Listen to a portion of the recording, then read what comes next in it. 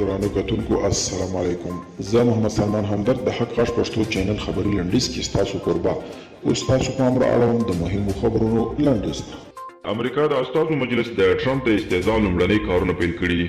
د استازو مجلس غړو ویلي ټرمپ پر کانګرس د لاریون کوونکو د یرغل اصلي محرک نو دی په همدې تړاو د هغه د استهزاء پریکړه کوي.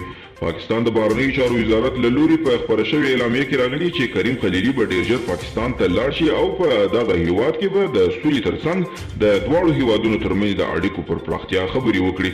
د عامه روغتیا وزارت د پالیسي او پر پلان جوړونې معین ډاکټر بشیر نورمل وایي ټاکل شوی چې د کورونا واکسین لومړی کڅوړه په راتلونکي شپږو میاشتو کې د نړیوال بانک او آسیایي بانک په مالي مرسته افغانستان ته راولېږدول شي. د انډونیزیا چارواکي وایي چې دوی د انډونیزیایي الوتکې تور باکس موندلی چې د شنبې په ورځ د جاکارتا تر نړیوال هوایي ډګر څخه تر الوتلو لږ ګړی وروسته سمندر ته غورځېدلی او د ګڼو کسانو د مرګ ژوبلې سبب شوی و.